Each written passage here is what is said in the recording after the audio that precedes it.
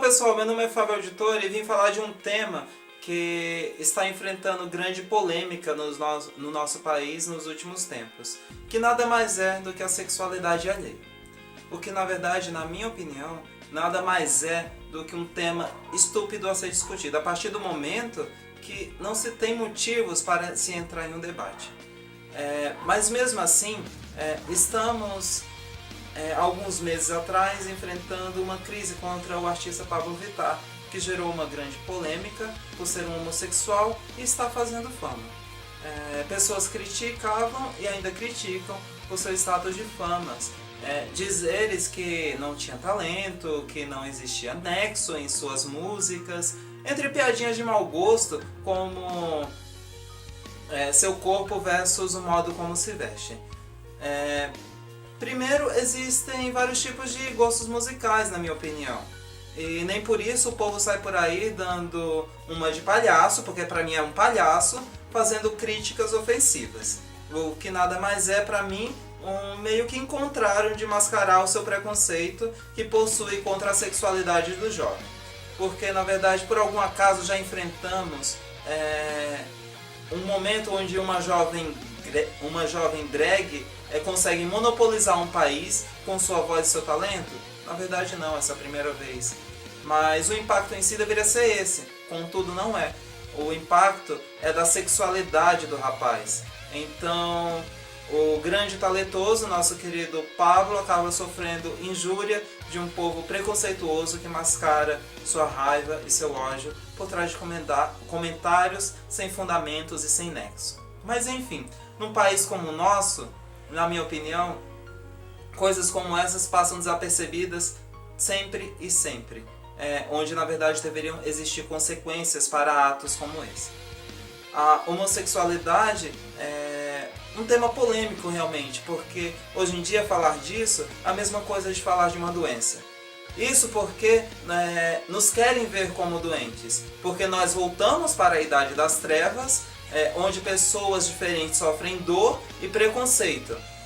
Entramos na ignorância, pois decidimos esquecer de grandes mentes homossexuais que influenciaram e influenciam até os dias de hoje o nosso mundo. Como, por exemplo, Leonardo da Vinci, que viveu entre os anos de 1452 e 1519, onde vários biógrafos afirmam que o brilhante artista era gay. Uma denúncia, por exemplo, contra ele e sua perseguição posterior não o teriam permitido exercer sua sexualidade em liberdade. Logo após temos Michelangelo entre os anos de 1475 e 1564, praticamente um contemporâneo de Da Vinci. O pintor, escultor e poeta, Michelangelo dedicou vários sonetos ao seu companheiro de vida, Tommaso de Cavaliere. Michelangelo se destaca por várias obras, como por exemplo A Pietà, Davi, além do vasto ciclo do teto da Capela Sistina e o Juízo Final. Temos também Nicolau Maquiavel, que viveu entre os anos de 1469 e 1527. O influente filósofo italiano Nicolau foi obrigado a esconder sua sexualidade por toda a vida. Ele é autor do clássico O Príncipe, um dos tratados políticos mais fundamentais elaborados pela mente humana até os dias de hoje, que tem um papel crucial na construção do conceito de um Estado moderno. Temos também já Sarah Josephine Bach, que viveu entre os anos de 1873 e 1945, foi a primeira mulher americana a receber um doutorado em medicina. Ela ficou conhecida por suas contribuições à saúde pública, especialmente nas comunidades de imigrantes de Nova York. Bach, ao final de sua vida, teve com a australiana Ida Alexie Rose Wiley, uma romancista e ensaísta roteirista. As duas tiveram um relacionamento. Temos também Alan Turing, que viveu entre os anos de 1912 e 54, o pai da computação, que trabalhou durante a Segunda Guerra Mundial para a inteligência britânica para quebrar os códigos de mensagens secretas dos alemães. Por conta de ser homossexual, acabou sofrendo um processo criminal em 52 e teve de passar por um tratamento com hormônios femininos e também castração química, para não ter de ir à prisão. Sua vida foi retratada em um filme, O Jogo da Imitação. Temos também Oscar Wilde, que viveu entre os anos de 1854 e 1900. O famoso escritor e dramaturgo de origem irlandesa é autor de clássicos como O Retrato de Dorian Gray, e ele foi condenado por ser gay. E em seus últimos anos acabou sendo submetido por trabalhos forçados por cometer atos imorais com diversos rapazes. Ele acabou morrendo em Paris, na pobreza, pouco mais de 3 anos após sair da prisão. Temos também Truman Capote, que viveu entre os anos de 1924 e 1984. Foi um escritor norte-americano que ficou conhecido por clássicos como A Bonequinha de Luxo, de 58, e também A Sangue Frio, em 66, que é considerado o livro pioneiro do chamado do jornalismo literário. Temos também Virginia Woolf, que viveu entre os anos de 1882 e 1941. A famosa escritora, ela foi uma das mais importantes figuras do modernismo do século XX e deixou livros como Mrs. Dalloway, Ao Farol e Um Teto Todo Seu. Algumas de suas cartas indicam que ela teve um longo affair com a romancista Margaret Rowehead. Temos também Frederico Garcia Lorca, que viveu entre os anos de 1898 e 1936, que foi um dos maiores poetas e dramaturgos da Espanha, que foi assassinado infelizmente aos 38 anos. E Ian Gibson, que escreveu uma biografia sobre o escritor, disse que ele tinha uma paixão secreta pelo artista Salvador Dalí. Enfim, esses nomes marcaram época e marcam até os dias atuais. Nenhum deles era portador realmente de uma doença, mas sim de mentes brilhantes que fizeram toda a diferença e que fazem toda a diferença em tudo que conhecemos hoje.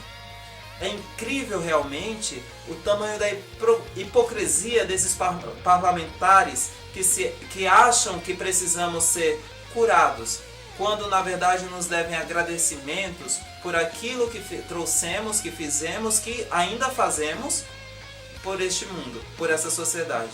Isso sem falar nos artistas atuais que fazem o melhor por uma sociedade, diferente desse mesmo povo que está preocupado com o que fazemos com o nosso corpo.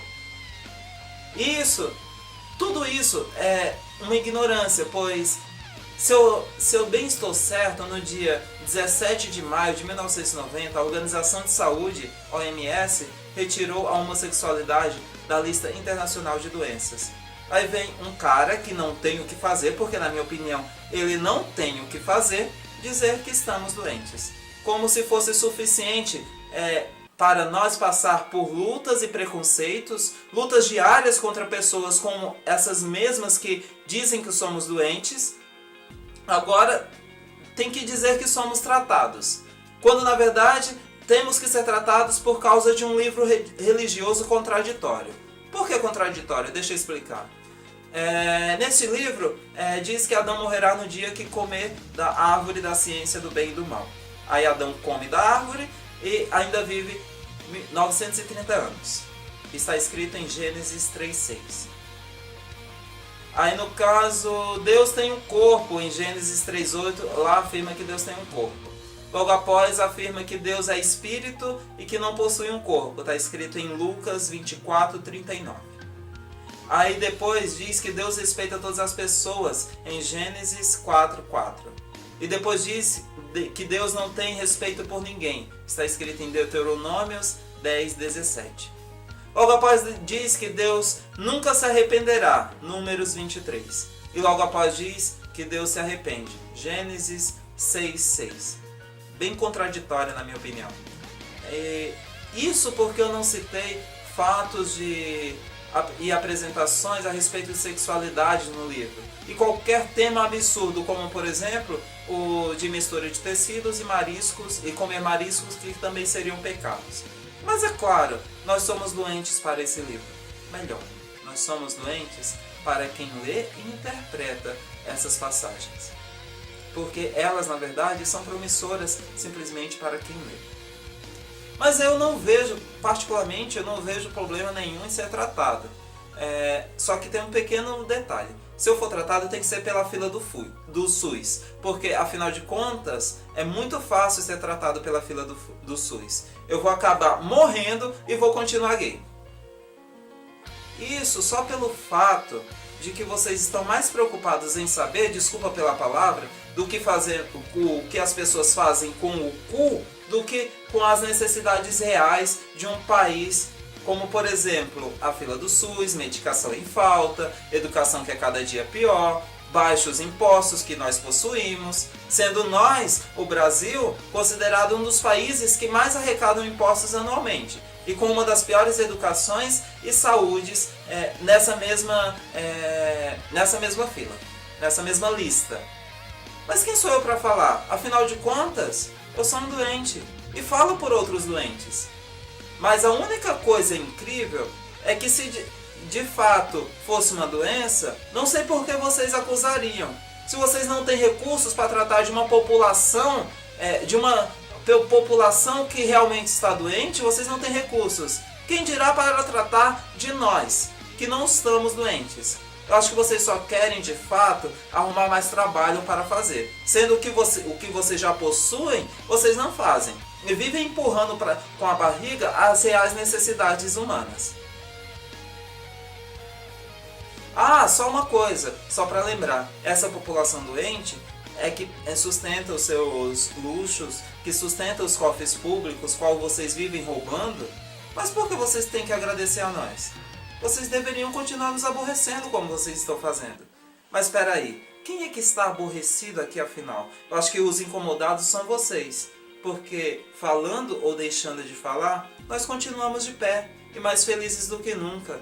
Porque força, meu amor, é o que não nos falta. Eu acho que isso já deu para entender, né? Então, meu amor, aceita que dói menos. Esse foi o vídeo de hoje. Se você curtiu, deixa seu like, compartilha, se inscreve.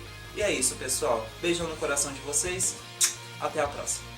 Terminou o vídeo, não? Terminei.